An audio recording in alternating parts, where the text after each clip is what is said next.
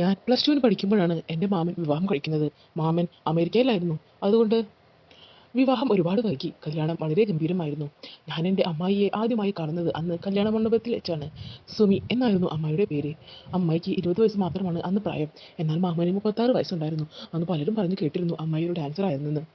കല്യാണം കഴിഞ്ഞ് വർഷങ്ങൾ കടന്നുപോയി. ഞാൻ എൻ്റെ കൗമാരത്തിൽ നിന്നും യൗവനത്തേക്ക് ചേക്കേറി. ഞാൻ ചാലക്കുടിയിൽ ജോലി ചെയ്യുന്നു. മാസത്തിൽ 2 ലീവുണ്ട് എനിക്ക്. സുമിയമ്മായിക്ക് ഒരു ആൺകുട്ടി ഉണ്ടായി. മാമൻ അമേരിക്കൻ ജീവിതം അവസാനിപ്പിച്ചു നാട്ടിൽ തന്നെ കൂടി. ഞങ്ങളുടെ വീടിന് അടുത്ത് തന്നെയാണ് മാമൻ്റെ വീടും വെച്ചിട്ടുള്ളത്. ഞങ്ങളുടെ രണ്ട് വീടുകളുടെയും നടുവിലായി 1 ഏക്കറോളം വരുന്ന ഒരു കാടുണ്ട്. റോഡിലൂടെ പോകാനാണെങ്കിൽ വളഞ്ഞു വേണം പോകാൻ. ഷോർട്ട് കട്ട് അടിച്ച് പോകാനായി കാട്ടിലൂടെ ചിലപ്പോൾ ഞങ്ങൾ പോകും. മാമൻ്റെ വീട്ടിൽ നിന്നും ആ കാട്ടിലേക്ക് ഒരു എൻട്രൻസ് ഉണ്ട്. പാമ്പുകളുള്ളതിനാൽ ഇപ്പോൾ ആ വഴിയിലൂടെ പോകാറില്ല. 13 വർഷങ്ങൾക്കിടയിൽ ആദ്യമായാണ് കാട്ടിലൂടെ സുമിയമ്മായും മോനും കൂടി ഞങ്ങളുടെ വീട്ടിലേക്ക് വന്നത്. മാമനും അമ്മായിയും താമസം അടുത്താണെങ്കിലും ഞങ്ങൾ തമ്മിൽ അങ്ങനെ വലിയ അടുപ്പമൊന്നും ഉണ്ടായിരുന്നില്ല. അതുകൊണ്ട് തന്നെ എല്ലാം വളരെ ഫോർമലായ സംസാരങ്ങൾ മാത്രമായിരുന്നു. അമ്മയെ കാണാനാണ് സുമി അമ്മായി വന്നത്. അമ്മായിക്ക് ഡാൻസ് പ്രാക്ടീസ് ചെയ്യുന്നതിന് ചുരിദാർ പാൻറ് പുറകെ കൂട്ടുന്നതിനും മറ്റുമാണ് വന്നത്. വന്ന ആവശ്യം കഴിഞ്ഞ് അവർ പോവുകയും ചെയ്തു. പിന്നീട് ഒരു വർഷം കഴിഞ്ഞാണ് ഞങ്ങൾ തമ്മിൽ കാണുന്നത്. അന്ന് ഒരു ഓണത്തിൻ്റെ സമയമായിരുന്നു. അന്ന് മാമനും അമ്മായിയും കൂടി അമ്പലത്തിൽ പോയി വരുന്ന വഴി വീട്ടിൽ കയറിയതാ. ഞാൻ പുറത്തേക്ക് ഇറങ്ങാൻ നിൽക്കുന്ന വഴിയാണ് അവർ വന്ന് കയറിയത്. അമ്മായിയുടെ കാര്യത്തിൽ ഞാൻ വണ്ടടിച്ച് പോയത് ആ നിമിഷമാണ്. മുമ്പ് കണ്ട അമ്മായി ആയിരുന്നില്ല. ആളാകെ മാറിയിരിക്കുന്നു. ഒരു ക്രീം കളർ സെറ്റ് സാരിയിൽ സ്ക്വയർ ബാക്ക് നെക്കിൽ മുടി അഴിച്ചിട്ട് ഒരു അപ്സരസനെ പോലെ തോന്നിച്ചു. മുന്നത്തെ അമ്മായിയുടെ രൂപത്തെ ഞാൻ വർണ്ണിക്കാത്തത് എനിക്ക് ആ രൂപത്തോട് ഒരു ആകർഷണവും തോന്നിയിരുന്നില്ല. എനിക്ക് തോന്നുന്നു അന്നും ഇതുപോലെയൊക്കെ തന്നെ ആയിരുന്നു. എന്നാലിപ്പോൾ വല്ലാത്തൊരു മാറ്റം അമ്മായിയെ ഞാൻ ഫീൽ ചെയ്തു. അമ്മായി എപ്പോഴും വളരെ ലൂസുള്ള വസ്ത്രങ്ങളാണ് ധരിക്കാറുള്ളത്. അതുകൊണ്ട് എപ്പോഴും ഒരു പഴഞ്ചൻ ലുക്കായിരുന്നു അമ്മായിക്ക്. അമ്മയുടെ ശരീരത്തിലെ ഫാറ്റ് എല്ലാം പോയിരിക്കുന്നു. മുഖത്ത് പോലും അതറിയുന്നുണ്ട്. ചുണ്ടുകൾ കൂടുതൽ വിടർന്നു. അങ്ങനെ അത്ഭുതത്തോടു കൂടി ഞാൻ അമ്മായിയെ നോക്കിക്കൊണ്ടിരിക്കുമ്പോഴായിരുന്നു പെട്ടെന്ന് അമ്മായി എന്നെ കണ്ടതും. പിന്നെ അമ്മ എൻ്റെ മുഖത്തേക്ക് പോലും നോക്കിയില്ല. അവരെന്തൊക്കെയോ ഡാൻസ് ക്ലാസ്സിനെ കുറിച്ചും മറ്റും അമ്മയോട് പറയുന്നത് കേട്ടു. ഞാൻ മാമനോട് മാത്രം പുറത്ത് പോയി വരാമെന്ന് പറഞ്ഞിറങ്ങി. മനസ്സിൽ മുഴുവൻ അമ്മയുടെ മുഖമായിരുന്നു. സ്വാസികയുടെ ചായയും ഷേപ്പുമാണ് ഇന്ന് അമ്മായിക്ക് എന്ന് പറഞ്ഞാൽ കാണുന്നവർ ശരിയാണെന്ന് ഒറ്റയടിക്ക് പറയും. കുറച്ച് നാളുകൾ കഴിഞ്ഞു. ഞാൻ ബൈക്ക് ഓടിച്ച് വരുമ്പോൾ ഒരു അൺനോൺ നമ്പറിൽ നിന്ന് കോൾ വന്നു. എടുത്ത് സംസാരിക്കാൻ നോക്കിയപ്പോൾ ഒന്നും കേൾക്കുന്നില്ല. ഞാൻ കോൾ കട്ട് ചെയ്ത് വീട്ടിൽ വന്നു. കുളി കഴിഞ്ഞ് ഭക്ഷണം കഴിക്കുമ്പോൾ നിന്റെ നമ്പർ സുമി വാങ്ങിയിരുന്നു. അടുത്ത തിങ്കളാഴ്ച അമ്പലത്തിൽ അവളുടെ പ്രോഗ്രാം ഉണ്ടെന്ന് ക്ഷണിക്കാൻ ഇവിടെ വന്നിരുന്നു. നീ ഇവിടെ ഉണ്ടായിരുന്നില്ലല്ലോ. എനിക്കൊന്നും വന്നില്ല. എനിക്ക് വന്ന കോൾ സുമിയുടെ ആകാമെന്ന് തോന്നി. ഞാൻ കിടക്കാൻ സമയം ഒരുപാട് വൈകിയിരുന്നു. കിടക്കുന്നതിന് മുമ്പ് എന്നും നോവൽ അല്ലെങ്കിൽ ഷോർട്ട് സ്റ്റോറീസ് വായിക്കും. എല്ലാം കഴിഞ്ഞപ്പോൾ 11:30 സുമിയമായി ഓർത്തപ്പോൾ ഫോൺ കയ്യിലെടുത്തു. സമയം എത്ര ആയതിനാൽ വിളിച്ചില്ല. വാട്സപ്പിലുണ്ട് മെസ്സേജ് അയക്കാമെന്ന് കരുതി നോക്കിയപ്പോൾ അക്കൗണ്ട് ഉണ്ട്. ഒരു ഹായ് അയച്ചു. അപ്പോൾ തന്നെ റിപ്ലൈ വന്നു. ഹായ്, എന്നെ വിളിച്ചിരുന്നു അല്ലേ? ആ, ഞാനടാ സുമിയമ്മായി. അമ്മ പറഞ്ഞിരുന്നു വിളിക്കുമെന്ന്. അടുത്ത 15-ാണ് ഫംഗ്ഷൻ. നീ വരണം. അധികാരം ഉണ്ടാവില്ല. ഇവിടെ തന്നെ ആരും ചിലപ്പോൾ ഉണ്ടാവില്ല. ഞാനുണ്ടാവില്ല മിക്കതും. സത്യം പറഞ്ഞാൽ എനിക്കൊന്നും അറിയില്ല ഡാൻസിനെ കുറിച്ച്. എനിക്ക് അലർജിയാണ്. ഏയ്, അങ്ങനെ പറയരുത്. എൻ്റെ നാളത്തെ ആഗ്രഹമാണ്. എത്ര നാളത്തെ ആഗ്രഹമാണെന്നറിയോ? ഒരുപാട് കഷ്ടപ്പെട്ടിട്ടുണ്ട് ഇങ്ങനൊരു പ്രോഗ്രാം ചെയ്യാൻ തന്നെ. നിങ്ങൾക്കെല്ലാം താല്പര്യമില്ല എന്ന് പറഞ്ഞാൽ മതി. ആരും വരണ്ടടാ. By, good night. വലിയൊരു എഫേർട്ടിനെ വളരെ താഴ്ന്ന നിലയിൽ തരം താഴ്ത്തിയതായി തോന്നി എനിക്ക്. അവർ എൻ്റെ നമ്പർ സേവ് ചെയ്തിരുന്നില്ല. അതുകൊണ്ട് DP കണ്ടില്ല. എനിക്ക് ഒരു മെസ്സേജ് അയക്കണമെന്ന് തോന്നി. അയച്ചു. ആരൊക്കെ വരുന്നുണ്ടെന്ന് എനിക്കറിയില്ല. എന്നാൽ ഞാൻ വന്നിരിക്കും. കുച്ചിപ്പുടി കണ്ട് ഒന്നും മനസ്സിലായില്ലെങ്കിലും കുഴപ്പമില്ല. ഞാൻ അവിടെ ഉണ്ടാവും. പോരെ. ഞാൻ കിടന്നിരുന്നു. 12:30 ആവാറായിരുന്നു റിപ്ലൈ വരുമ്പോൾ. താങ്ക്സ്, വന്നോളൂ. ഈ ഒരു ഹെൽപ്പ് എനിക്ക് വേണ്ടി ചെയ്യും. പോയി ഉറങ്ങിക്കൂടെ? നേരെ എത്രയായി? നിന്റെ മാമ വരണ്ടേ? എവിടെയോ പാർട്ടി എന്ന് പറഞ്ഞ് പോയതാ. ഭക്ഷണം വെച്ച് കാത്തിരുന്ന് മടുത്തു. നാളെ രാവിലെ പ്രാക്ടീസ് ഉള്ളതാ. എന്തിനാണ് എല്ലാത്തിനും ഇങ്ങനെ സെന്റിമെന്റലായി അപ്രോച്ച് ചെയ്തേ? റിലാക്സ്. എൻ്റെ പ്രോബ്ലം കൊണ്ട് ഇമോഷണലായി പോകുന്നതാ. നീ എന്താണ് ഉറങ്ങാത്തെ? നേരെ ഞാൻ വായിക്കായിരുന്നതാ. എല്ലാം കഴിഞ്ഞപ്പോഴാണ് മെസ്സേജ് അയച്ചേ. ഉറങ്ങി തുടങ്ങിയപ്പോൾ അമ്മായി ലാസ്റ്റ് മെസ്സേജ് അയച്ചേ. ഇപ്പോൾ ഉറക്കം പോയി. നീ വായിക്കോ? അതെന്താ അങ്ങനെ ചോദിച്ചേ? ഒരത്ഭുതം. ഈ തറവാട്ടിൽ ആദ്യമായാണ് ഒരാൾ വായിക്കുന്നതാണെന്ന് അറിയുന്നത്. അതുകൊണ്ട് ചോദിച്ചതാ. ഞങ്ങൾ സംസാരിക്കാൻ തുടങ്ങിയപ്പോൾ ഒരുപാട് അടുത്ത പോലെ തോന്നി. ഇടയ്ക്ക് അവരുടെ DP പ്രത്യക്ഷപ്പെട്ടു. അപ്പോൾ മനസ്സിലായി നമ്പർ സേവ് ചെയ്തെന്ന്. എന്നും രാവിലെ ഒരു ഗുഡ് മോർണിംഗ്, രാത്രി ഒരു ഗുഡ് നൈറ്റ്. അതങ്ങനെ സ്ഥിരമായി. പതിയെ പതിയെ ഞങ്ങൾ നല്ല സുഹൃത്തുക്കളായി. ഒരുപാട് വർഷത്തെ പരിചയമുണ്ടെങ്കിലും ഇപ്പോഴാണ് ഒരുപാട് അടുത്ത് സംസാരിക്കുന്നതെന്നുള്ള യാഥാർത്ഥ്യം ഞങ്ങൾ രണ്ടാളും തുറന്നു പറഞ്ഞു. പുലരുവോളം ഇരുന്നു. ഞങ്ങൾ സംസാരിക്കുമ്പോഴും വീഡിയോ കോൾ ചെയ്യുമ്പോഴും ഒരിക്കലും ഞങ്ങൾക്കിടയിലേക്ക് അങ്ങനെ ഒരു ചിന്തകളും വന്നിരുന്നില്ല. അങ്ങനെ പ്രോഗ്രാം ഡേ വന്നു. ഞാൻ സ്റ്റേജിനരികിൽ നേരത്തോട് വന്നിരുന്നു. മാമൻ വന്നില്ല. അമ്മായിയെ മേക്കപ്പ് ചെയ്ത വേഷത്തിലാണ് കണ്ടത്. അപ്പോഴാണ് അറിഞ്ഞത് വീട്ടിൽ നിന്നും ആരും വന്നിട്ടില്ല എന്ന്. മാമന് അച്ഛനും അമ്മയും ഉണ്ട്. മകനെ അവർക്ക് കൂട്ടായി ഇരുത്തി എന്നും മാമൻ എറണാകുളം വരെ പോയതാണെന്നും അമ്മായി വിഷമത്തോടെ പറഞ്ഞു. ഇടാ, പോകുമ്പോൾ എന്നെ കൊണ്ടുപോകും. ഇല്ലെങ്കിൽ ഓട്ടോ വിളിച്ച് പോകണം. ചിലവേണ്ടി വരും. ഓക്കെ ആണോ? അതൊക്കെ ചെയ്യടാ.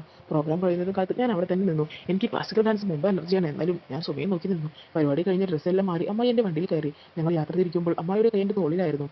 എങ്ങനെയുണ്ടായിരുന്നു? അടിപൊളിയല്ലേ? ഒന്നും മനസ്സിലായില്ല. ആണോ? എങ്ങനെയുണ്ട് ഞാൻ ആ വേഷത്തിൽ? ഓവർ മേക്കപ്പ്, പിന്നെ ബാക്ക് ഭയങ്കര കൂടുതലായിരുന്നല്ലോ. അമ്മ എന്നെ ചിരിയോടുകൂടി കളയിപ്പിച്ച്. എനിക്ക് നല്ല വേദന എടുത്തു. നീ ഇത് നോക്കിയിരിക്കുകയായിരുന്നു. അപ്പോൾ നേരം പോണ്ടല്ലേ? അത് ഡ്രസ്സിങ്ങിൻ്റെ ആണ്. കൊള്ളാം. അമ്മ എന്തോ ആലോചിച്ചുകൊണ്ട് വണ്ടിയിൽ നോക്കിയിരുന്നത് ഞാൻ കണ്ടു. എൻ്റെ പിച്ചിക്കായി എൻ്റെ ഓർത്ത് വെച്ചു. വീട്ടിലെത്തി അമ്മയെ ഇറങ്ങുമ്പോൾ അവർ എന്നൊരു വല്ലാത്ത നോട്ടം നോക്കി. ഒരിക്കൽ പോലും വേറൊരാളും അങ്ങനെ ഒരു നോട്ടം എന്നെ നോക്കിയിട്ടില്ല. അവർ എന്നിൽ നിന്ന് നടന്നു നീങ്ങുമ്പോൾ ഒരുപാട് ഇഷ്ടപ്പെട്ട എന്തോ അകന്നു പോകുന്നൊരു ഫീൽ. അന്ന് രാത്രി ഒരുപാട് നേരം ചാറ്റ് ചെയ്തും വീഡിയോ കോൾ ചെയ്തും ഇരുന്നു. പക്ഷേ വണ്ടിയിൽ നിന്നും ഇറങ്ങുമ്പോൾ നോക്കിയ നോട്ടം മാത്രം പിന്നീട് കണ്ടില്ല. അമ്മായി ഞാൻ കിടക്കട്ടെ, ഉറക്കം വരുന്നു. ഓക്കെ, നീ ഞാനൊരു കാര്യം പറഞ്ഞാൽ അങ്ങനെ ചെയ്യോ? ആദ്യം പറ, എന്നിട്ട് പറയാം. ഡാ, നമ്മൾ തമ്മിലധികം ഏജ് ഡിഫറൻസ് ഇല്ലടാ. നമ്മൾ മാത്രം ഉള്ളപ്പോൾ നീ എന്നെ സുനിയെന്ന് വിളിക്കുമോ? ഈ അമ്മായി ഒരു വല്ലാത്ത ബോയ്. നോക്കട്ടെ, അപ്പം പോയി കണ്ണടച്ച് കിടക്കാൻ നോക്ക് Suni. Good night, good night. ആ സമയത്ത് വീണ്ടും അവരുടെ കണ്ണുകളിൽ ഞാൻ കാത്തിരുന്നു ഒന്നിനെ വീണ്ടും കണ്ടു. സന്തോഷം. അന്ന് സുമിയെ ഓർത്ത് ഞാൻ എപ്പോഴൊക്കെയോ കിടന്നുറങ്ങി. ഒരു ദിവസം ഞാൻ വാട്സപ്പ് സ്റ്റാറ്റസ് കാണുന്നതിനിടയിലാണ് സുമിയുടെ സ്റ്റാറ്റസ് കണ്ടത്. ഒരു ബ്ലൂ ചുരിദാറിട്ട് വാഹനത്തിൽ അത് സ്ക്രീൻഷോട്ട് എടുത്ത് വെച്ച് ഞാൻ സുമിക്ക് മെസ്സേജ് അയച്ചു. ഹായ്. എവിടെ ഇടൂ? ഇവിടെയുണ്ട്. കുക്കിങ്ങിലാണോ? ഞാനൊരു കാര്യം പറഞ്ഞാൽ കേൾക്കൂ. നീ ആദ്യം പറ, എന്നിട്ട് ആലോചിക്കാം. അതെ, ഇപ്പോൾ ഇട്ടിട്ടുള്ള വാട്സപ്പ് സ്റ്റാറ്റസ് റിമൂവ് ചെയ്യുമോ? അതെന്തിനാ? ഒന്നുമില്ല, പറയുന്നത് ചെയ്യാൻ പറ്റുമോ? എന്താ കാര്യം എന്ന് പറ.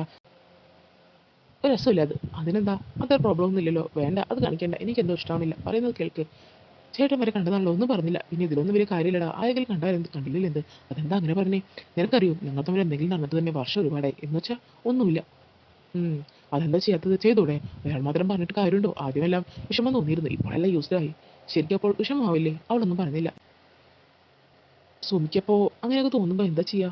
എന്ത് ചെയ്യാൻ കണ്ടത്? എന്നാലും എന്തെങ്കിലുമൊക്കെ തനിയെ ചെയ്തൂടെ? ഓ, അതൊന്നും തോന്നാറില്ലടാ. ഇപ്പോഴൊന്നും അങ്ങനത്തെ മൂടുകളൊന്നുമില്ല. എന്തായാലും എൻ്റെ വിധി ഇങ്ങനെയായിരിക്കും. നീ കല്യാണം കഴിക്കുമ്പോൾ എൻ്റെ അവസ്ഥ വരുത്തരുത്. എല്ലാം നോക്കിയും കണ്ടും നീ ചെയ്യണം. അല്ല, നിനക്ക് അങ്ങനത്തെ പെൺകുട്ടിയാണ് വേണ്ടേ? എന്തെങ്കിലും കോൺസെപ്റ്റ് ഉണ്ടോ? എനിക്കെന്തോ എന്തോ എങ്ങനെയും പറയാമെന്ന ധൈര്യം ഈ കഴിഞ്ഞ സംസാരങ്ങളിലൂടെ കിട്ടി. ഒരിക്കലും എനിക്ക് സുമിയോടുള്ള എൻ്റെ ആ ചിന്തകൾ ഞാൻ തുറന്നു പറയില്ലെന്ന് ഉറപ്പിച്ചിരുന്നു. പിന്നെ ഇഷ്ടം പോലെ.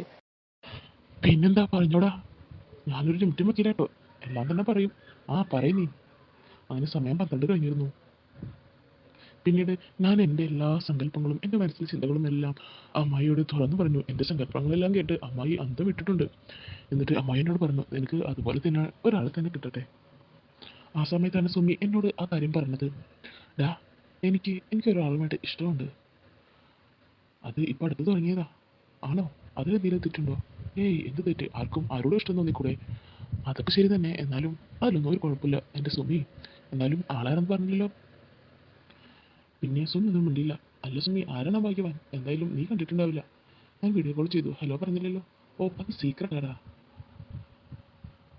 അങ്ങനെ ഒരുപാട് കാര്യങ്ങൾ രണ്ടുപേരും പറയാതെ ഒരുപാട് കാര്യങ്ങൾ പരസ്പരം പറഞ്ഞു തീർത്തു.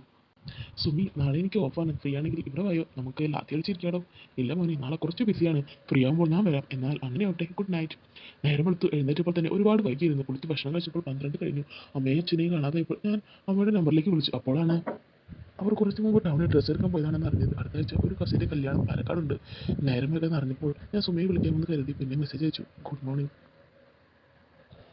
ബിസിയെല്ലാം തീർന്നു. ഇല്ലടാ, നീ എവിടെയാണ്? ഞാൻ വീട്ടിലല്ലാതെ എവിടെ പോകാൻ? അമ്മയും അച്ഛനും കൂടി ടൗണിൽ പോയിരിക്കുകയാണ്. വിളിച്ചപ്പോൾ നേരമായിട്ടെന്ന് പറഞ്ഞു. എനിക്ക് വായിക്കാൻ കുറച്ച് ബുക്സ് വേണം. ഇവിടെയുള്ളത് തരാം. എല്ലാം നോവൽസാണ്. ആ, നോവൽസ് തന്നെയാണ് വേണ്ടത്. ഇപ്പോൾ വരുന്നുണ്ടോ? ഇല്ലടാ, ബിസി. ഞാൻ പിന്നെ വരാം. അതും പറഞ്ഞ് അവർ പോയി. ഞാൻ അവളുടെ ഫോട്ടോസെല്ലാം നോക്കിയിരുന്നു.